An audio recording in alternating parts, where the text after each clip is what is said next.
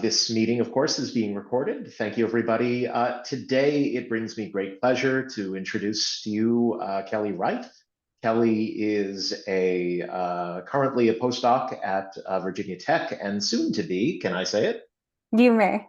Okay, wonderful. Soon to be an assistant professor at the University of Wisconsin-Madison in the linguistics department, which is wonderful. And Kelly is a scholar whose work is pretty broad-ranging, going from speech and sociophonetics all the way to sort of hard sociolinguistics, and then into, so far as public health. But it all shares a really important goal, I think, for the social sciences and the social part of it, which is justice, right? And trying to do better with our understanding of how we use language and how that language use and how people's language use itself is constructing and reinforcing, and in some cases, leading to failures of justice in the world.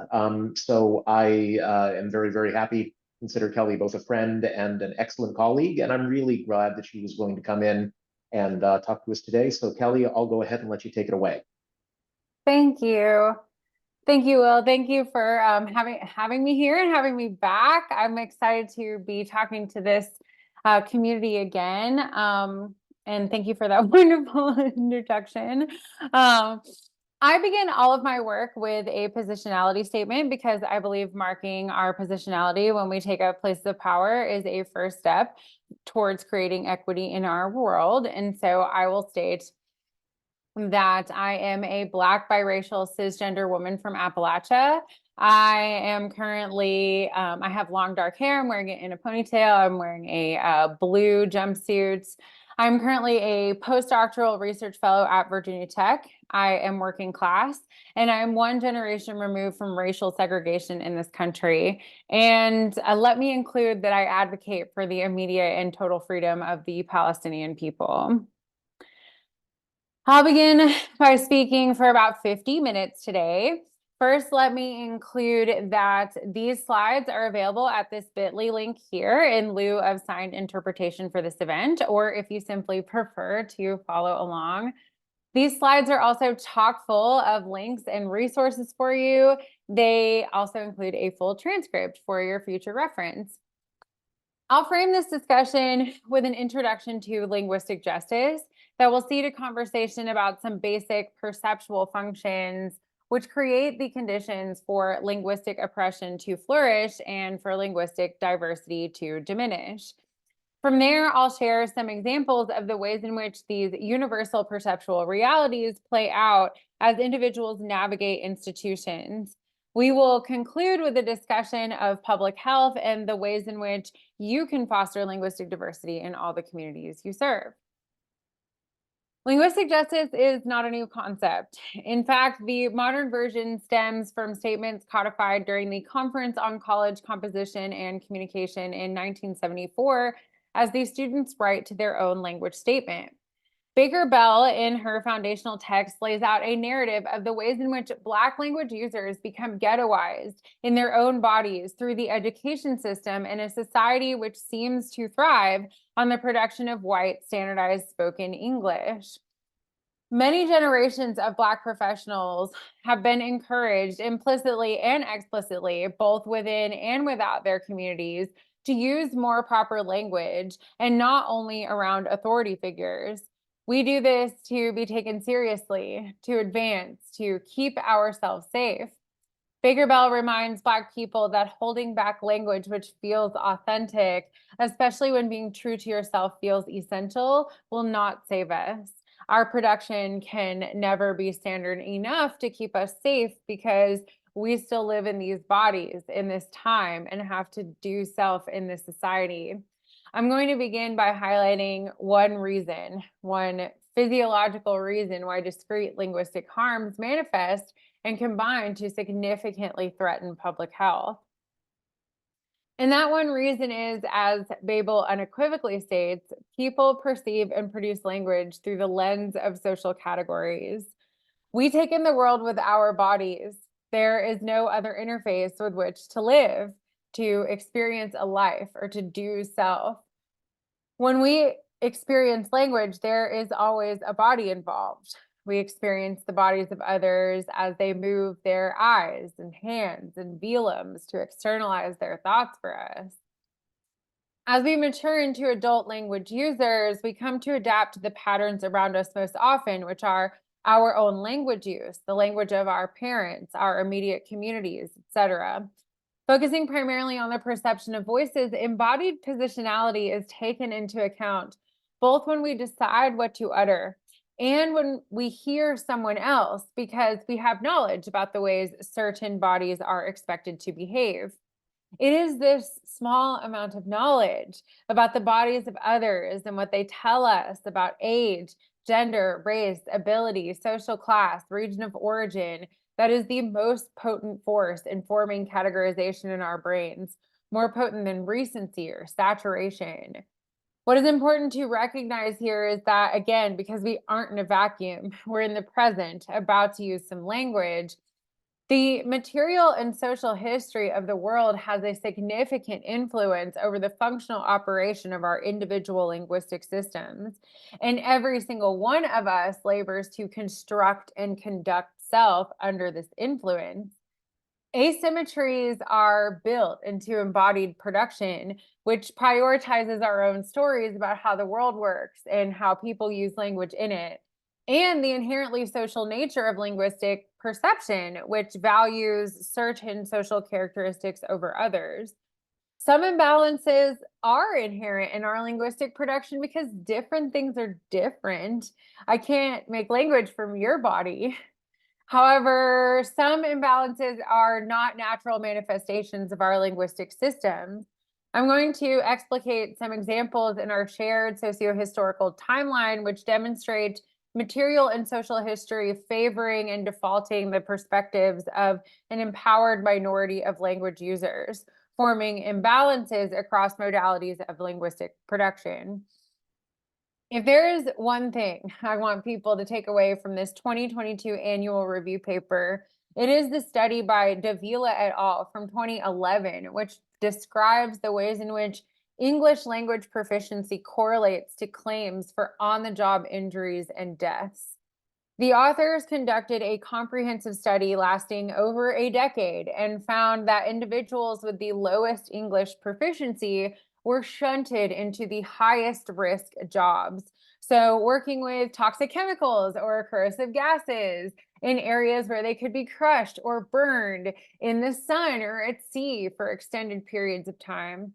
Many of these individuals sign hold harmless contracts in languages they don't have access to, signing away their rights to compensation or even due process in the event of incredibly likely injuries. And because many of these individuals aren't citizens, these corporations are only required to inform them of risk, not to ensure that they understand those risks.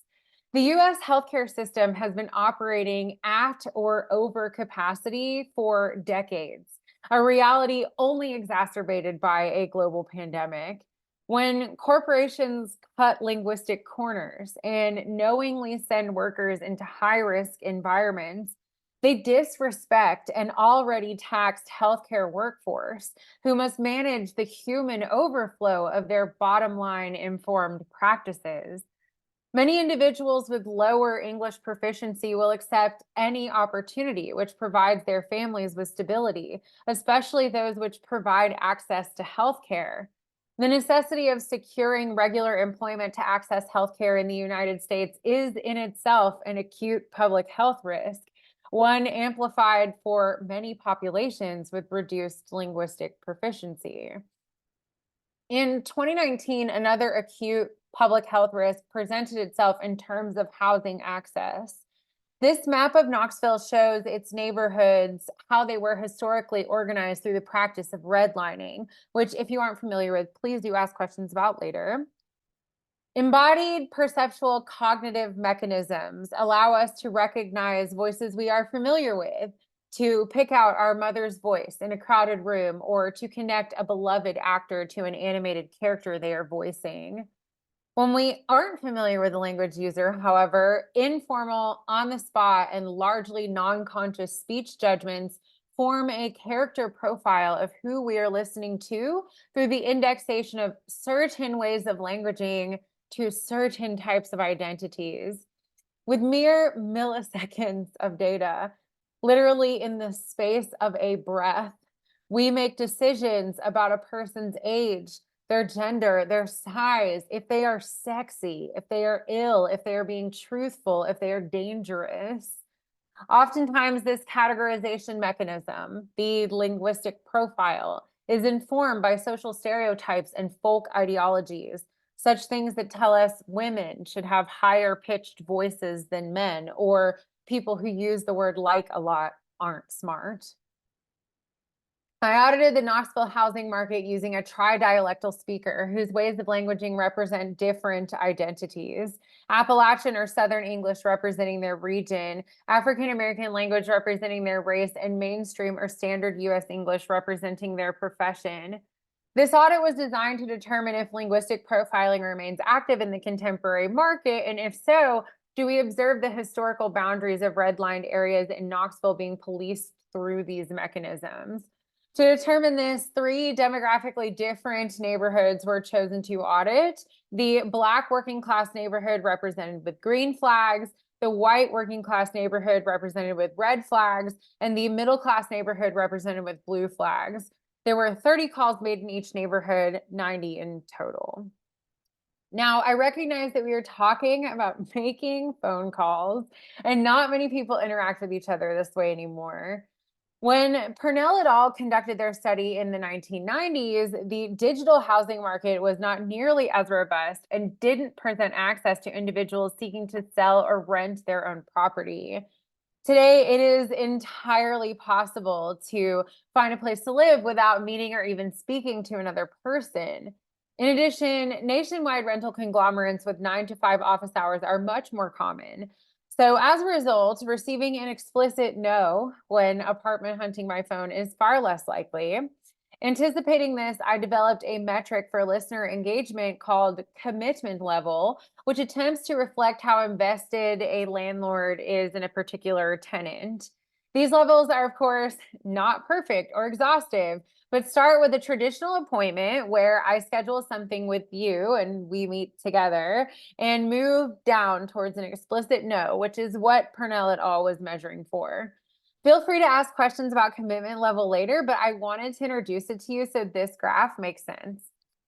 So what we see here are the outcomes for each of those 90 calls, the raw data. Looking at this faceted graph, we have each language used represented by a color along the bottom, the x-axis, and the raw counts are on the y-axis. Each square then represents a commitment level, and each row is for a neighborhood. And based on what the previous literature predicts, we can observe patterns that seem to represent linguistic profiling in action. For example, the middle class neighborhood, in which we expect lower amounts of profiling because it's demographically heterogeneous, meaning not particularly Southern or not particularly Black identified, had an even distribution of traditional appointments across the voices used. Compare that to the number of traditional appointments received by the Southern voice in the white working class neighborhood, an outcome which reflects exactly what we'd expect from a linguistic profiling phenomena, a recognition that you sound like us. In fact, this outcome supports previous assertions in the literature that linguistic profiling operates bidirectionally, amplifying desirable outcomes for certain individuals and dampening them for others. More positive instantiations of linguistic profiling are particularly insidious because in this standard language ideology infused sea we are swimming in, many language users have always experienced an amplification of desirable outcomes, giving them no means of developing expectations outside of the status quo. Positive instances of discrimination are extremely difficult to measure directly, if for no other reason than a lack of will to actively deny oneself access. The existence of such outcomes must not be overlooked, though, as experts consider the full scope of linguistic profiling and the ways in which it shapes access and opportunities for individuals. One might ask how salient the effects of linguistic profiling are in this housing context, given that almost every call ended in a speaker being offered some type of appointment. Wouldn't that suggest that discrimination is not occurring? Well, being offered an opportunity to view any apartment anywhere is not enough. Potential tenants should be confident in their freedom to choose any living space they can afford in any area they wish without working against negative stereotypes of voice and being, indeed, without suffering discrimination in any form, especially considering how access to healthcare is fundamentally determined by one's living area. Seriously, think about it. Where I grew up, there were two VA hospitals serving all veterans in the volunteer state. One in Johnson City, Tennessee, which isn't close to anything, and one outside of Memphis. Every single veteran who needs care for chronic conditions in Tennessee has to live in one of these two cities to access it. Our zip codes determine how we are brought into this world, how we access our basic human needs like care and safety and expression. Our zip codes also determine to an extent the types of language we can use with whom and when. While the interactional exigency for linguistic profiling is decidedly variable, it is dependent on where and when users come into contact, as each context enables culturally relevant behaviors that activate linguistic forms for ideological interpretation. This paper considered outcomes for one person who commands multiple varieties, but that isn't always the case. Non-standard monolinguals do exist who cannot shift as easily between styles, if at all, and they face seriously outsized consequences existing in a status quo, which assumes that all adults possess the capacity to command white standardized spoken English, and those who do not possess either mental deficiencies or a corrupt personal character of some kind. These brief examples of institutionalized linguistic oppression in hiring practices and housing illustrate that language plays a huge role in outlining social expectations for the various populations in the United States. And arguments for or against certain types of language use are made for a singular purpose: the preservation of a dominant worldview, one which leans towards the preferences of those who have been in social control over time. We either belong to that dominant social group or we do not. And our opinions about correct language use, our pet peeves about split infinitives, or when folks use irregardless or less instead of fewer. That one's mine. Such pet peeves reflect our real or aspirational proximity to an alliance with that empowered group. Because bodies cannot be separated from the production of language or their place in society, people who exist in certain types of bodies never produce language in any form that can be perceived as proper or standard or respectful or complete or complex or clean or clear or civil or good enough. As Cree scholar Sean Wilson observes, relationships do not merely shape reality, they are reality. And knowledge, even of ourselves, emerges through and is dependent on all of our relationships, including with ideas. Our social milieu does not necessitate variable linguistic production for some users because what is already natural or comfortable for them is what is expected in most linguistic markets. What has become so-called appropriate across most domains of usage. As a result, linguistic variation has reduced over time, spurred by the rise of agrarian capitalism in the late Middle Ages. This reduction is attributed to several so-called megatrends, which reveal that the linguistic production of those in power established accepted linguistic forms and categories. It was most likely to be invariably produced across registers and regions. It was physically preserved over time, and it remains defaulted in the collective linguistic imagination. With all of this in mind, then, I'll invite us to consider what it means to be a contemporary language user who switches between linguistic varieties, who chooses to produce language which is not only categorized as structurally and functionally inferior, but also which often shades its user as socially inferior. Across time and across communities, the ways in which most people have had open to them to use language in the world has not been entirely free.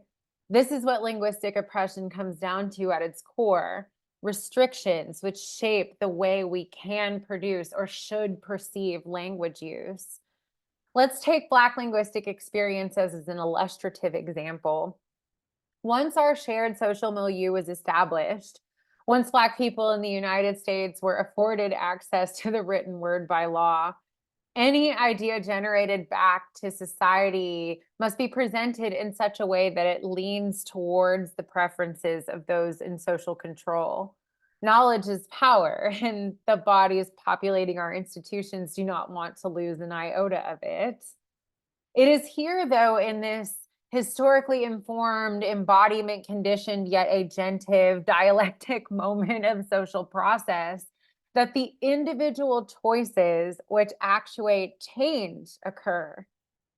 The Black accented standard manifests as a variety through the socio-historical conditions placed on African American language users and the direct indexation of the majority of their daily linguistic choices to potent and omnipresent standard language ideologies.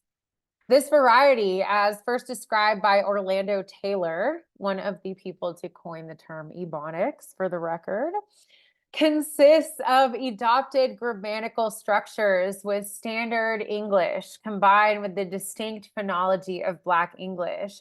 So if you're wondering what that sounds like, it's the Allstate guy, Dennis Haysbert, or Worf.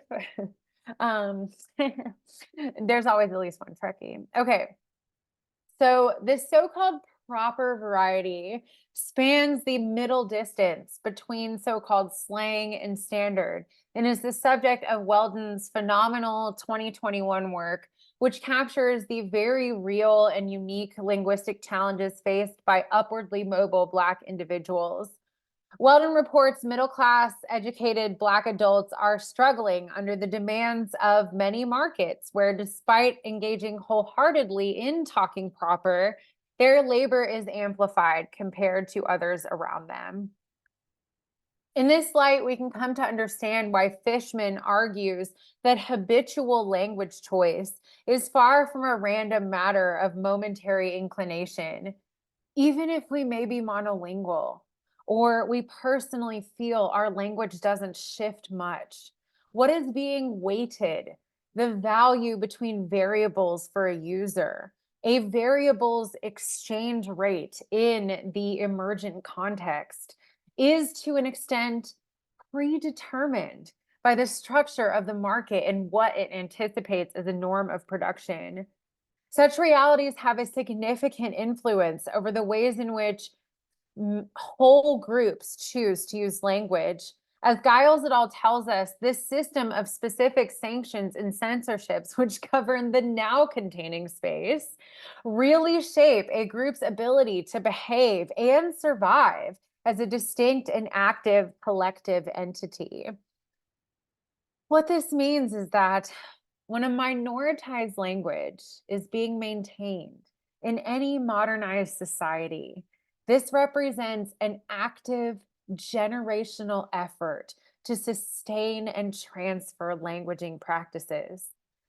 Smitherman, in consideration of the daily psychosocial tax paid by Black code switchers, describes this effort as a linguistic push-pull between one's varieties, identities, and access to domains, which recognizes that almost every time Black embodied individuals use language, they are called to choose between these seemingly binary options of promoting African American cultural stability or achieving personal and professional stability.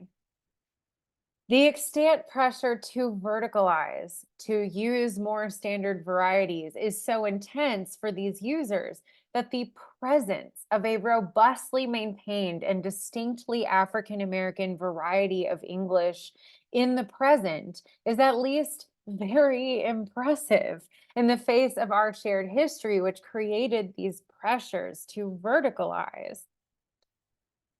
Now that we've established the ways that Black life and Black language is constrained in US institutions, I want us to think back for a moment to our discussion about perception.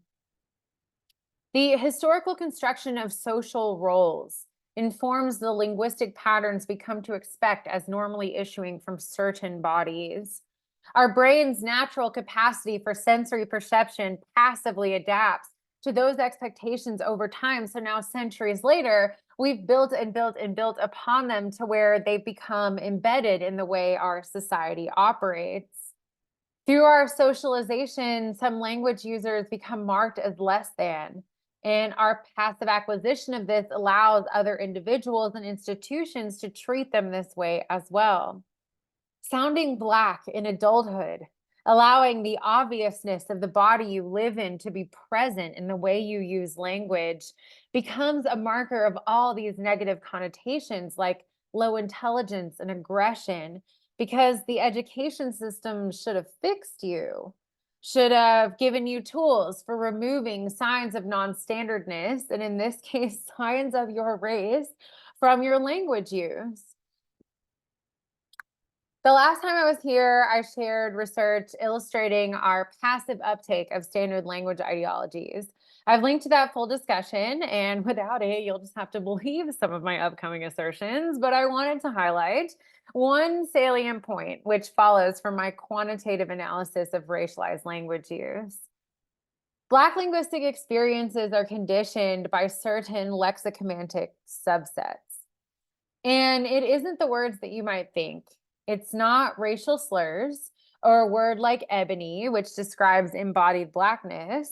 They're so-called everyday words like culture and playgrounds that take up a different racialized lexical sense when applied to Black actors. And this kind of differentiation has cognitive and social consequences. In the institution of healthcare, these cognitive and social consequences become all the more potent as public health and safety orbit around equitable representation issues. Megani et al. Shares that Black patients who report pain are 22% less likely to receive medication. And I attribute this phenomenon in part to violated expectations of semantic intensity. Most of us are likely familiar with semantic intensity as a cousin of hyperbole. We increase intensity all the time when we describe something because of how we feel about it. Like when we say that share is ageless or that pizza is sacred. But in this case, racial-linguistic ideologies affect semantic intensity from the other direction, creating an expectation of elevated descriptions of pain. Black people arrive in an ER saying like, ow, ow, I'm hurting. And healthcare workers expect us to be like hulking out if we are experiencing something serious. Violated expectations of semantic intensity contribute to maintaining this very high maternal mortality rate, especially for Black women in healthcare. Something that was experienced by Serena Williams, who, despite having access to excellent healthcare and a documented history of blood clots, was not believed when she reported chest pain that was later diagnosed as a pulmonary embolism when she flatlined while delivering her daughter Olympia. So part of the linguistic experience then is not being believed or taken seriously when reporting facts or events because of certain expectations about how we should be using language because of the bodies we are in. And sometimes when these expectations are violated, our lives are lost. Important and illustrative as they are, not all outcomes need to be dire to attract our concern, because linguistic trauma also manifests itself in more subtle ways. Something as simple as mispronouncing someone's name has public health risks.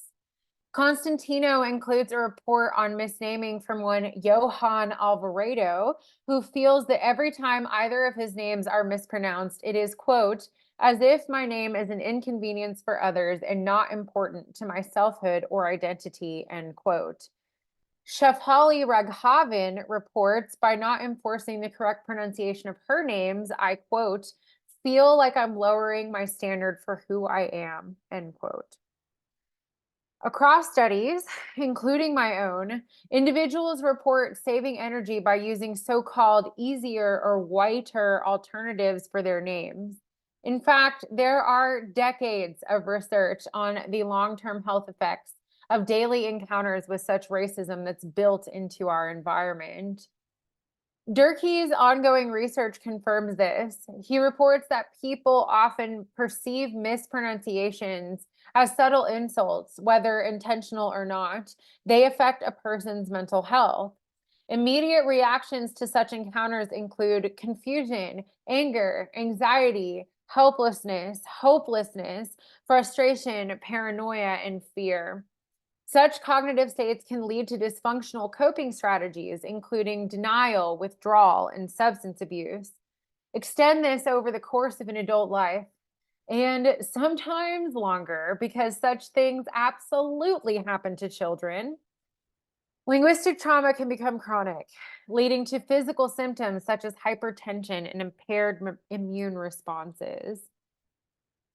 Over time, across minoritized or peripheralized communities, researchers find experiences with daily linguistic traumas as simple as having your name mispronounced. So, not as extreme as denying you access to housing or pushing you into corrosive chemicals or marking you as hysterical. Simply mispronouncing your name over and over can lead to stress, anxiety, depression, PTSD, low self esteem, OCD, substance abuse, alcohol abuse, severe psychological distress, reduced self efficacy, and suicide.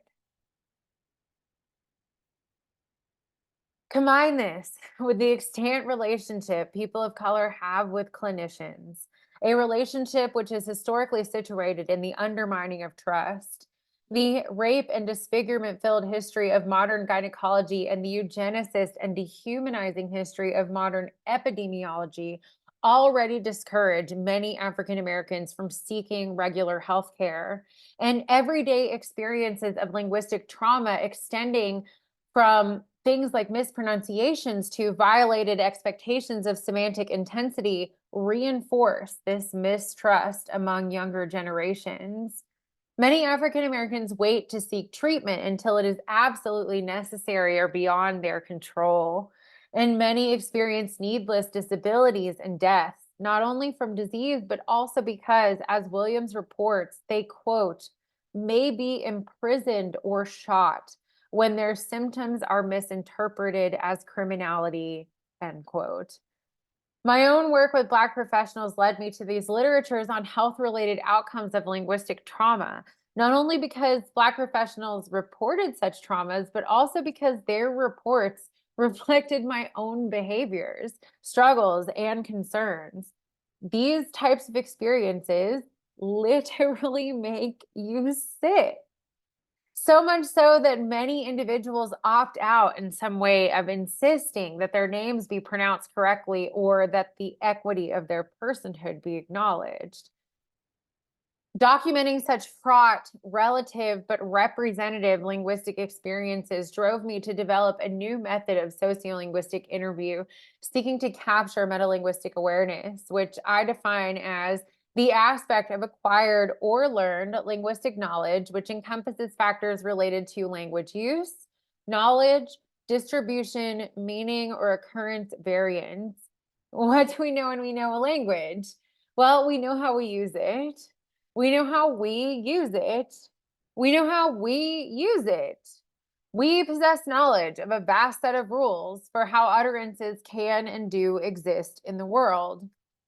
I interviewed 17 self-identified Black professionals from Detroit, 7 men and 10 women.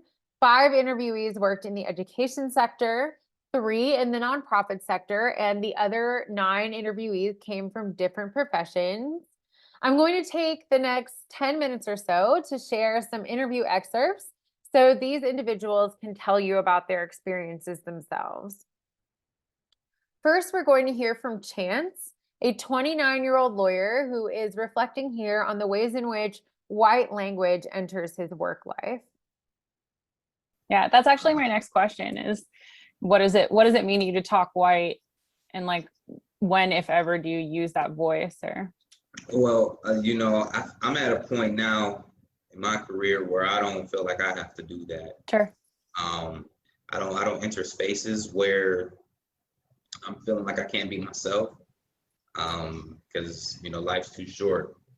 Yeah. So I don't do that. Now, do I pay attention more to how I enunciate words? Yeah, I do. When I'm talking, especially if I'm speaking to a client or speaking to the court, I make sure that my words are clear and easy to be understood, right? And I also have to make sure that I don't get too excited when I'm talking. Yeah. Because while I was in law school, I would be competing in mock trial and moot court, these competitions where you're doing practice litigation. And on various occasions, I'd be very passionate about something, really trying to bring it home. And I'd have people say, and now mind you, I'm one of the few Black men at the school. Mm-hmm. People would say, it feels like you're yelling at me. And I had to say, well, I'm not. I'm not yelling, and but and now I had to understand that there's a certain way that people view Black men. Like I mentioned earlier, our voices are naturally deeper, and so it just comes off different. And so I have to be mindful of moderating my tone to not give off the impression that I'm yelling. When you do it seasonably, right? You Right. use it tastefully, and there's a certain point in time. And so you just want to be able to be more in control of that in my line of work, your voice inflection.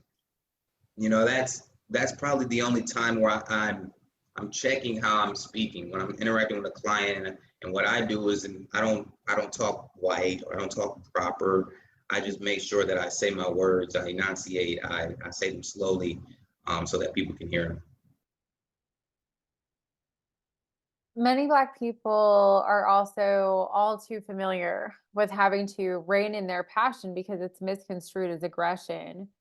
It is no secret that Black people are perceived as aggressive or inherently violent. Chance's meta commentary about withholding his passion in the workplace speaks to an awareness that each subsequent perception of Black aggression has cumulative cognitive consequences. Chance is aware that even a single word can carry enough racial information for him to be detrimentally linguistically profiled. When Chance tells us he curates his linguistic production so people can hear, it means more than compelling his articulators just so to create sound waves which travel a room unhindered. Next, we'll hear from Journey, a 25-year-old female working in IT. Here, she is reflecting on how and when she uses the varieties at her command. I feel like I try to water myself down a little bit too, so that I wouldn't appear as maybe people would maybe people would think better of Black people if I made a good example, quote unquote, or things like that. So I feel like, yeah, just as I'm becoming more comfortable with myself and just realizing how important language is, especially the things I used to think were oh, I don't want to look ghetto or whatever for saying ain't or for saying whatever or y'all or stuff like that. And now no, it's actually really important. Those words are very important and they have a lot of meaning. And I'm the fact that for a long time I felt self-conscious about that kind of thing because of how other races might view was that's just so crazy to me. And so I made the point to use those words even more, I guess. As a result, I guess I am still becoming comfortable. I'm more comfortable with myself, but still working on it. So I feel without thinking, I kind of just try to be agreeable, or Yes. yeah, like I feel like just whatever situation I'm in, I'm just trying to like be like a kind of like camouflage kind of into the surroundings, I Mhm. guess. Yeah, and like certain moments, or like in moments with like white friends that I'm not as close to or something like that, like I'm a little bit Mhm. more reserved. And I don't know if it's like because I mean I feel like their whiteness definitely probably plays a factor, but I think also I'm just shy as a person too. So I Mhm. feel like I just kind of withhold a lot of myself in general with people I don't know as well. But I think also them being a different race plays a big part too, because I'm like, they just wouldn't get it. Journey's linguistic production is in flux as she assimilates into the adult world of work. She is beginning to understand Black language is important to her. Well, merely is important, but she still struggles with potent and omnipresent standard language ideologies, which characterize Black language users as less intelligent and impoverished. By using wider styles around her peers and coworkers, she aims in part to create a better image of Black people for those she is around most by using less of her most comfortable variety in public by trying to camouflage herself. Next, we will hear from Alex, a 43-year-old female history professor, discussing contexts in which she is aware of her style shifting practices. I think a lot of Black women can relate to this, where we don't have the ability as Black people, but especially women, to speak up for ourselves. And that's when my tone is changed. And sometimes I do become self-conscious of it because, especially, I get this sometimes, and then I always play back what exactly I said in my head. And I'm like, how did I say it? Someone may ask me a question and I'll say, oh, no. Oh, well, I'm just asking. Mm-hmm. And in my head, I'm hearing me say no. Like, okay, no. Right. No. No. Yeah. And like I said, people will say that, and then I become self-conscious, like, and then that's when the customer service clicks on, and there may not be that tone shift, but there's that extra enunciation. And Mm-hmm. sometimes, especially when I hear white women talk, I call it the singing voice. Yes. Because I feel like extra syllables are added, and to me it sounds like they're singing. I want a house with a big yard, and I want a house with a big bedroom, and I'm just like, they're singing. So I'll see myself adding singing, because obviously the no, or whatever question I answered, for you to respond back and say, well, I'm just asking, did I come off as aggressive? Is it something where you're like, I need someone to listen to me, and so I'm going to, use my customer service voice? Yesterday, Great. I called my doctor's office after I got a bill, and I didn't understand the bill because when I was in the doctor's office, I paid them $30.32 for my copay. Yes. So I received a bill saying that my $30.32 was 30 days late. So I'm looking at the bill, and the $30.32 was on the bill, but I guess they didn't apply it to the past due. They applied it to the current. So now I'm past due. So I call and I say, I don't understand my bill. I know I paid. And I'm laughing as I'm saying this part because I see you guys applied the payment. So I'm laughing for no reason. I'm not, I got 33, 32. Can you please help me? I'm not doing extra bubbly singing. Instead, just to make sure, I'm not calling you my $30.32, blah, blah, blah, blah, blah. I want to make sure I'm not coming off that way. Yes. So I'm chuckling. That's how, because I'm thinking to myself, bitch, I paid this $30.32. You know damn well that $30.32 should not have been in the 30 days late because it was current. Yeah. And see, deep down, I don't call that Black voice, I say don't make me get Detroit. Yes. Because I feel like it's authentically, at least for me, because it's not West Side Detroit, it's not South Side Black, it's East Side Detroit. So Yes. that's when we get East Side Yes. Detroit. Yes. Because technically it was your error. We all participate in the kinds of self-censorship Alex is describing and become self-conscious of the types of language we use in certain situations. For me, essentially, all white men terrify me to an extent. Defense mechanisms like laughing while attempting to advocate for myself, hearing my voice jump up several octaves to be accommodating, or even greeting strangers on a busy street to seem non-threatening are all too common in my linguistic production. Jones and Shorter Gooden, in their survey of 300 Black professional women, comment on this heightened pressure to perform socially and professionally in a stellar fashion. It is a very grave matter indeed for Black professionals to water themselves down just enough not to cause trouble for themselves or others, but perhaps also just enough for them to be ignored by the people around them. Extend these behaviors over a lifetime, and our public displays of Blackness can disappear entirely.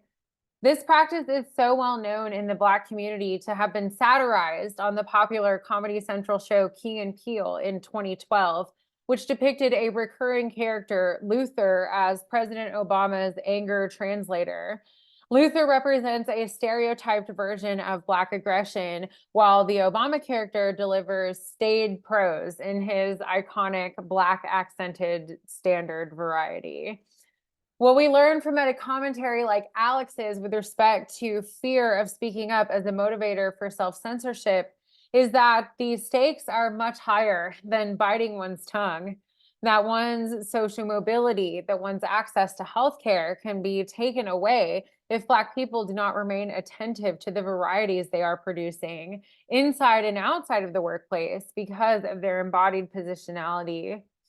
Throughout the course of these interviews, Black professionals revealed to me that they'd never really been motivated to think about their language use very deeply, and that the exercise was cathartic and nourishing for them. One hopes that such metalinguistic exercises can begin to alleviate the negative effects of daily linguistic oppression we've been discussing today. The majority of the scenarios we have covered, though, occur when a human being comes in contact with another human being, and consider how messy and difficult meeting one's needs can become when navigating linguistic markets as a non-standard language user. But while we have this time together, we should perhaps also consider the ways in which these phenomena play out when non-standard language users interact with technology as well. Returning to Craft It All, although it is perhaps obvious, even though this paper was published in 2020, the work for it occurred several years prior. And so as the pandemic began, it became clear that equitable access to healthcare, covered very briefly in our paper, was going to become a major linguistic justice issue. In the early days of the pandemic, many likely encountered signage that encouraged hand washing with images of how the process is done well. That might have seemed rather infantilizing, but visual means of communication, especially in times of public health crises, are essential, as they can be the only linguistic modality accessible to many individuals in a community.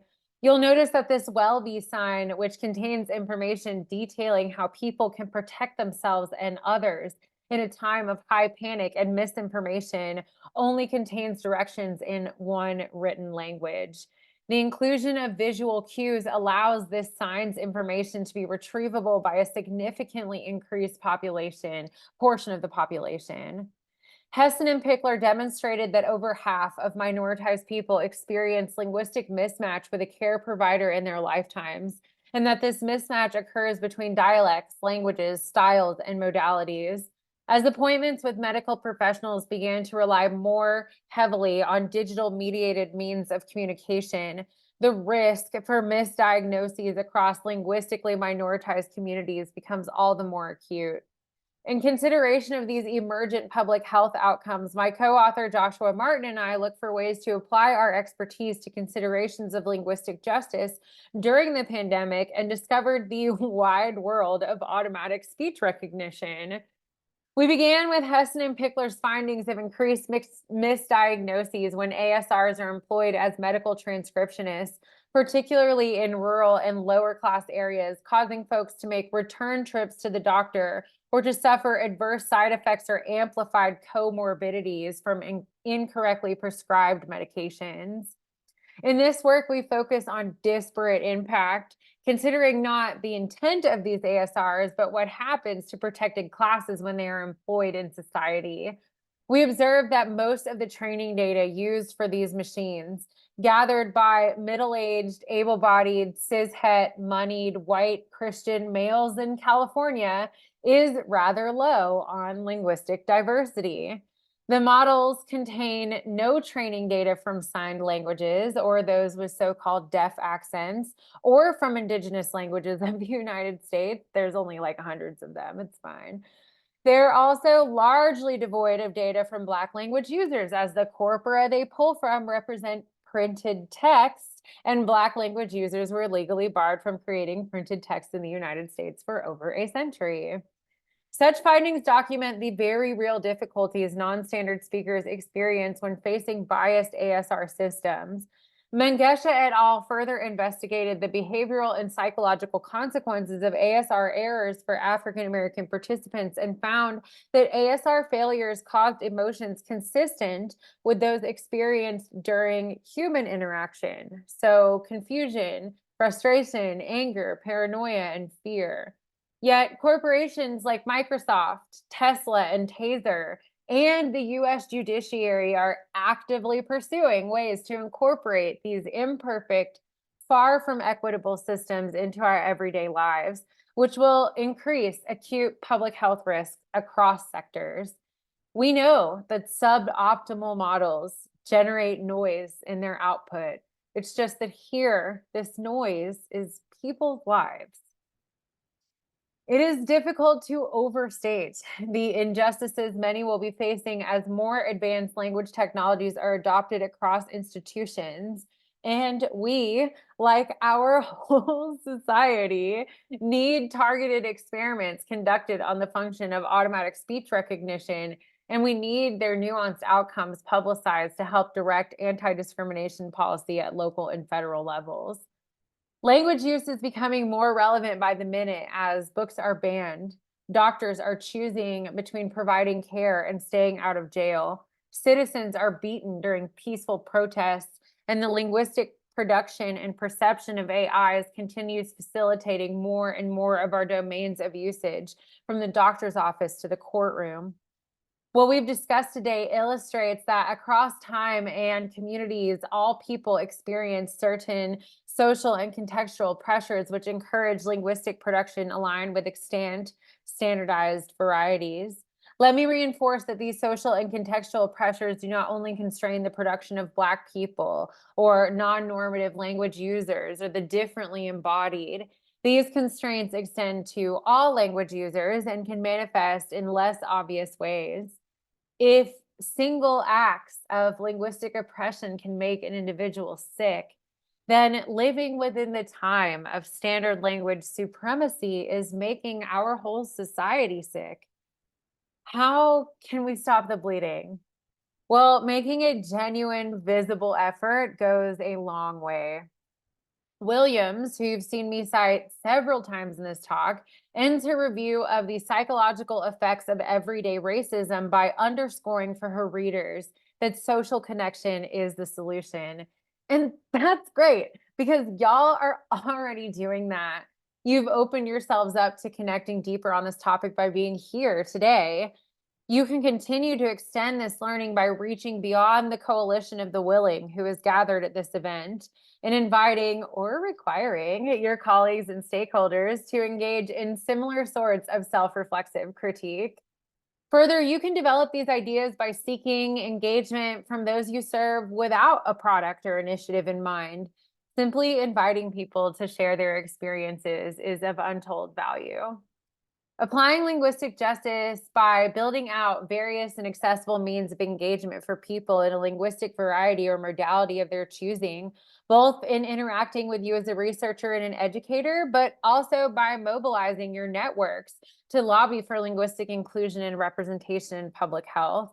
That is a tall order, I recognize, but for lack of a better metaphor, we can only eat this elephant one bite at a time. Evidence abounds, particularly in trans health, that more inclusive modalities combat mis and disinformation by making official legal policy more representative, making all veins of care more accurate, more accessible, and frankly safer. Applying health positive linguistic justice can be as simple as taking efforts in your workplace to include pronunciation guides for each other's names, in the same way as we include pronouns on our name tags, office doors, and email signatures. In fact, increasing amounts of people are beginning to include recordings of their names on professional and social sites. Encouraging this practice within your university will help foster a culture of mutual respect and allow linguistic inclusion and acceptance to develop passively across campus. Excuse me. And work to assume the best intentions of others as new ways of inclusion and representation are developing. Try to give folks as much grace as possible while making good faith efforts to develop more equitable institutional lifeways. A culture of inclusion results in increased access, and when people's lives are at stake, equitable access to information and care should be the priority. As Wolfram et al. Remind us, engagement is not centered around a final product. It is a state of being which can infuse our processes, can allow the ways we already do things to reflect our personal and radical recognition of the mutual equity between linguistic forms and their users. The easiest communities to serve are the ones you are already embedded in, as a computer scientist, as a social scientist, as a linguist, as an educator, as a Californian, as a citizen, as an adult, as a person with a body, as a thinker. It may seem just too daunting to even get started, but these social realities, which seem oppressive now, began with one person in one place, externalizing their thoughts, and through that action, shaping our material and social histories. In confronting the immensity of these issues, we also confront their fragility. We recognize that nothing is immutable, and we can commit ourselves to manifesting more balanced ways of knowing. Thank you so much for having me here today. I really look forward to your questions. Thank you so much, Kelly. Everybody join me in giving a round of applause to our speaker. I unfortunately have to take off, but what I'm going to do, Kelly, is I'm going to make you the new host, and hopefully everything will work so you can answer any questions. But thank you very much, Kelly. Thank you for having me. Of course.